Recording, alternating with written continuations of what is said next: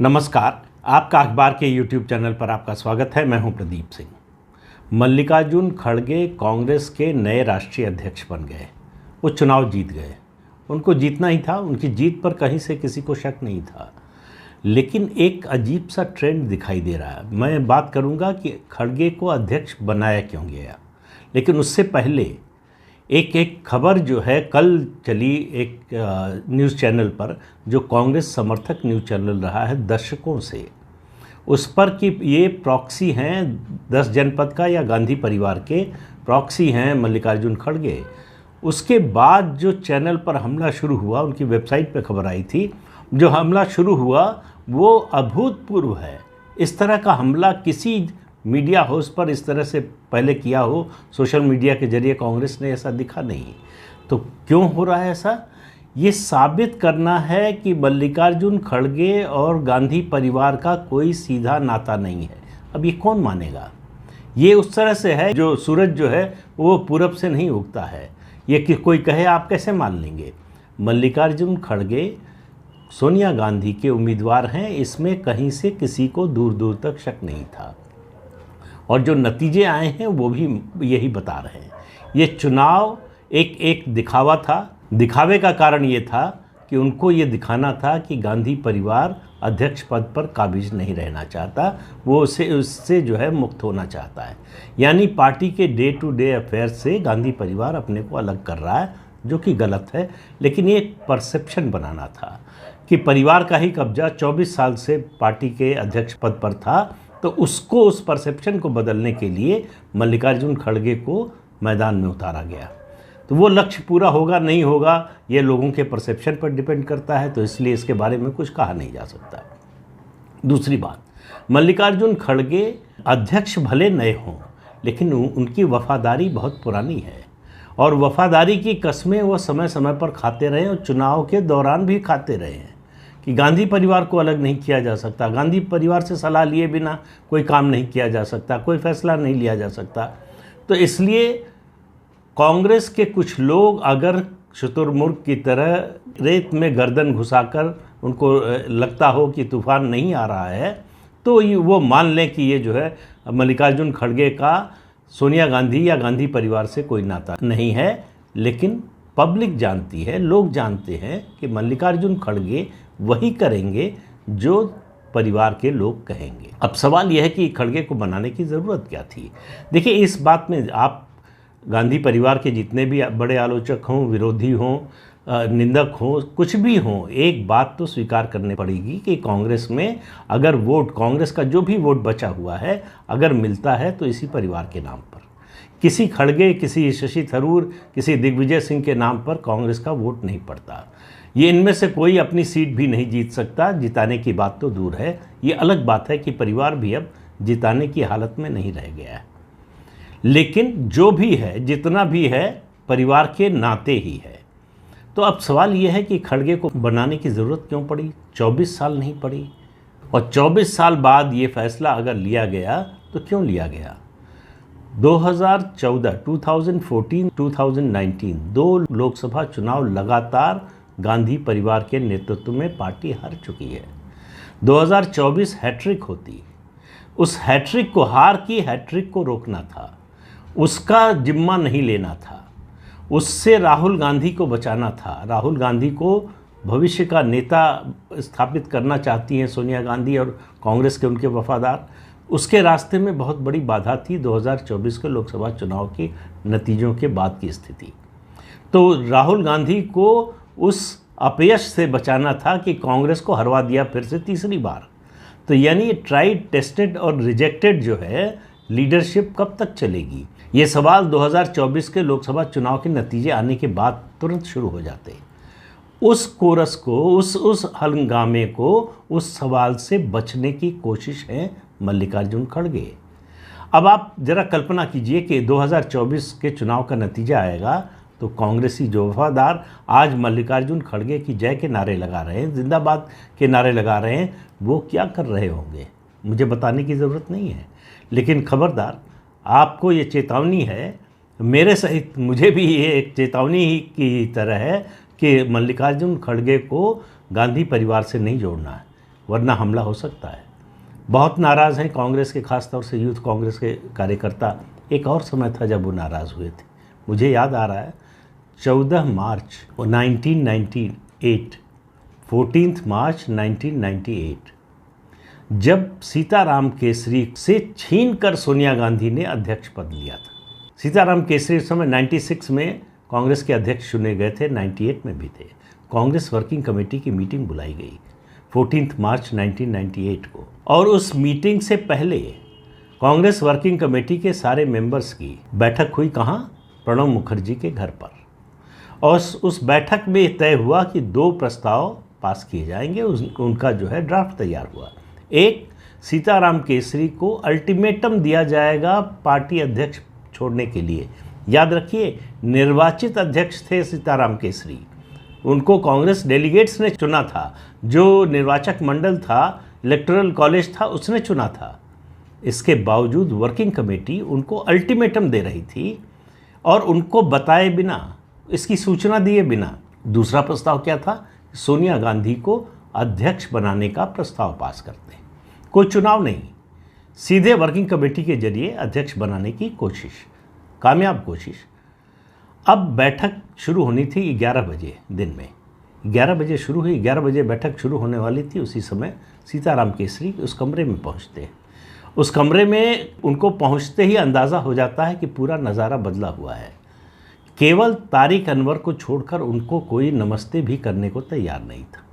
और वो जैसे ही बैठे, बैठक शुरू होनी ही थी, प्रणब मुखर्जी ने एक प्रस्ताव पढ़ना शुरू किया, जिसमें अल्टीमेटम के साथ साथ सीताराम केसरी की अध्यक्ष पद के रूप में उनके काम के लिए उनका आभार व्यक्त किया जा रहा था। सीताराम केसरी ने कहा, ये क्या कर रहे हैं आप?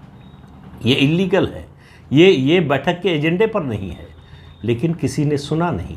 प्रणब मुखर्जी ये प्रस्ताव पढ़ते रहे। सीताराम केसरी गुस्से में कमरे से निकलकर बाहर गए। उनको अपने कमरे में बंद कर दिया गया बाहर से। जब तक बैठक नहीं हो गई वर्किंग कमेटी की, तब तक उनको निकलने नहीं दिया गया। अब कुछ लोग कहते हैं कि बाथरूम में बंद किया गया, लेकिन पता नहीं बाथरूम में बंद किया गया कि नहीं, लेकिन उनके कमरे में तो बंद किया गया। अब उसके बाद प्रस्ताव पास हुआ कि सोनिया गांधी को राष्ट्रीय अध्यक्ष बनाया जाए। प्रस्ताव पास होना था, पास हो गया। उसके बाद साम्राज्य की तरह सोनिया गांधी का 24 अकबर रोड, यानी कांग्रेस का जो मुख्यालय है, वहाँ आगमन होता है, स्वागत के बीच, नारों के बीच, और वो पार्टी की राष्ट्रीय अध्यक्ष बन जाती हैं। सीताराम केसरी अपने कमरे से निकलते हैं, कमरा खोल दिया जाता है, देखते हैं कि उनकी नेम प्लेट गायब हो चुकी है, वहाँ पर सोनिया गांधी की नेम प्लेट लग चुकी है।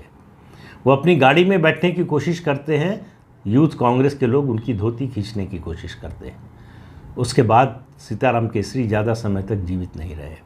तो अपने निर्वाचित अध्यक्ष को अपमानित करने का, इस तरह से सार्वजनिक रूप से अपमानित करने का काम कब हुआ? जब सोनिया गांधी अध्यक्ष चुनी जा रही थी कांग्रेस वर्किंग कमेटी द्वारा, किसी इलेक्शन में नहीं। अब सोनिया गांधी अध्यक्ष बन चुकी थी, लेकिन उससे पहले संकेत सीताराम केसरी को पहले से ही मिलना।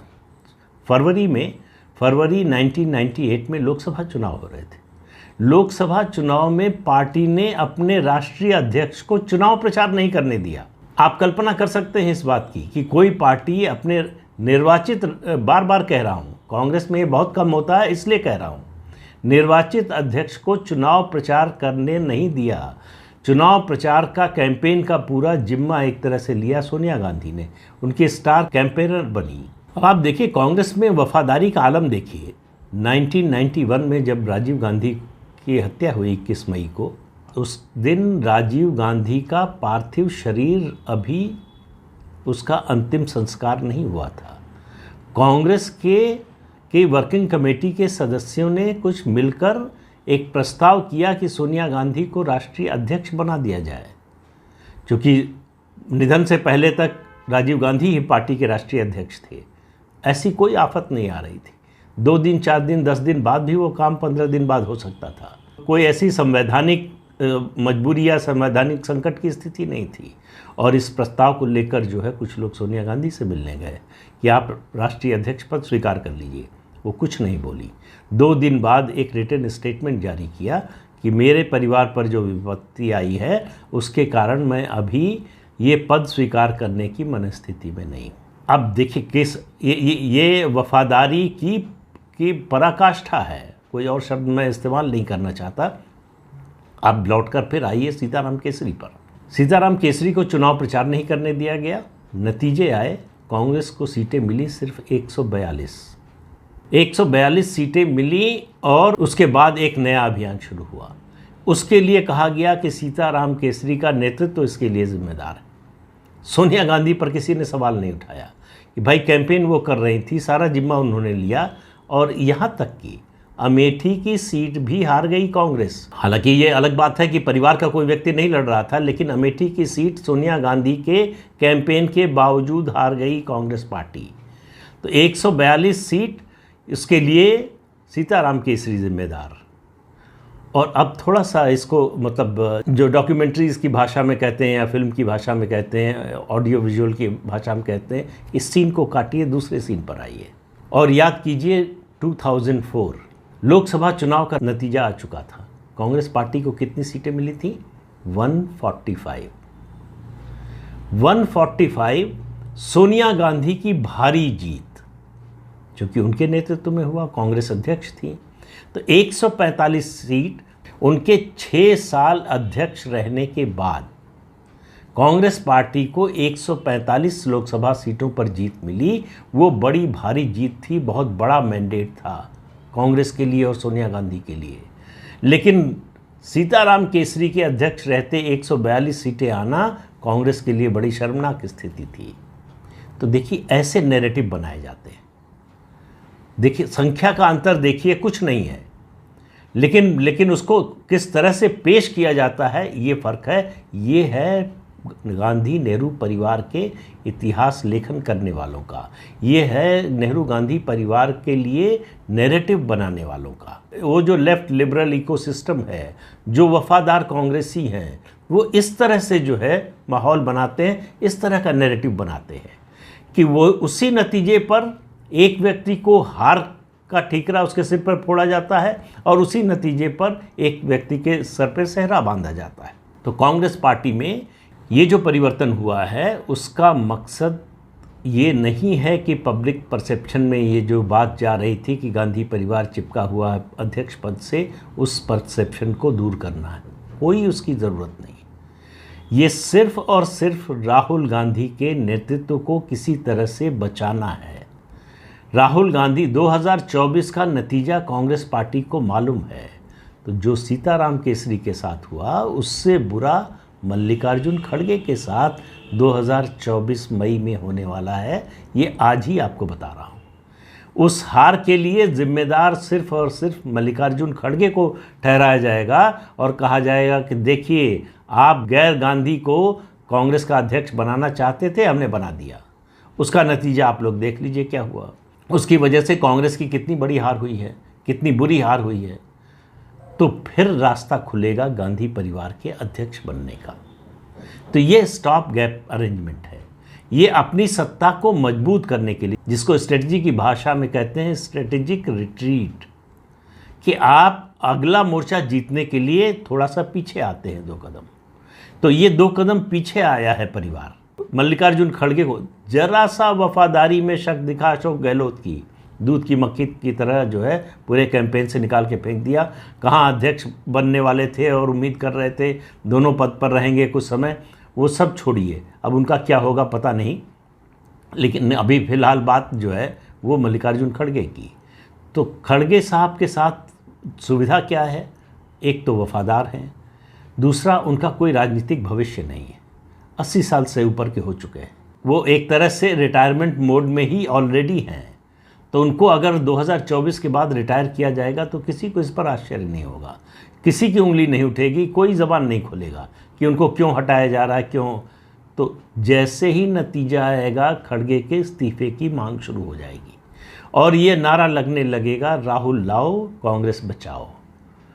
तो अभी जो खड़गे का नारा लगा रहे हैं, आप उन चेहरों को पहचान लीजिए, ख़ास तौर से जो युवा हैं उनके चेहरे पहचान लीजिए। वही 2024 मई में इससे ज़्यादा ताकत से नारा लगाएंगे राहुल लाओ और कांग्रेस बचाओ। तो ये राहुल को लाने की जुगत है कि उनके ऊपर ये दोष भी ना आए हार का, वो हार की हैट्रिक के दाग से भी बच जाएं और पार्टी का अध्यक्ष पद उनके लिए सुरक्षित रहे।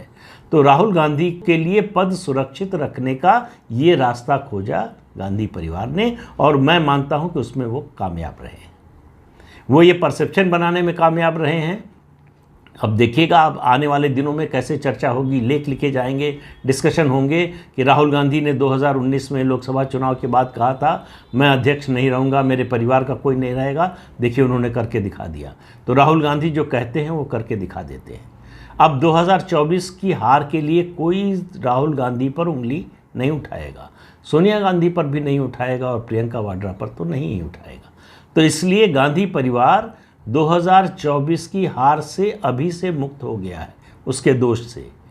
तो ये इस तरह की स्ट्रेटजी बनाना कोई आसान बात नहीं है, उसको एग्जीक्यूट कर लेना वो भी आसान नहीं है, इसकी तो दाद देनी चाहिए।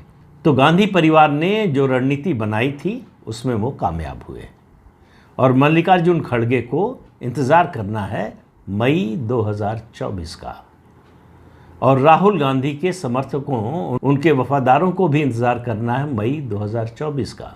तो राहुल गांधी की कांग्रेस अध्यक्ष पद पर ताजपोशी होगी मई 2024 के बाद, यानी 15 महीने 16 महीने बाद। तो उसका इंतज़ार कीजिए। तो इस अंक में इतना ही, अगले अंक में फिर मिलेंगे किसी नए मुद्दे के साथ। तब तक के लिए इजाज़त दीजिए।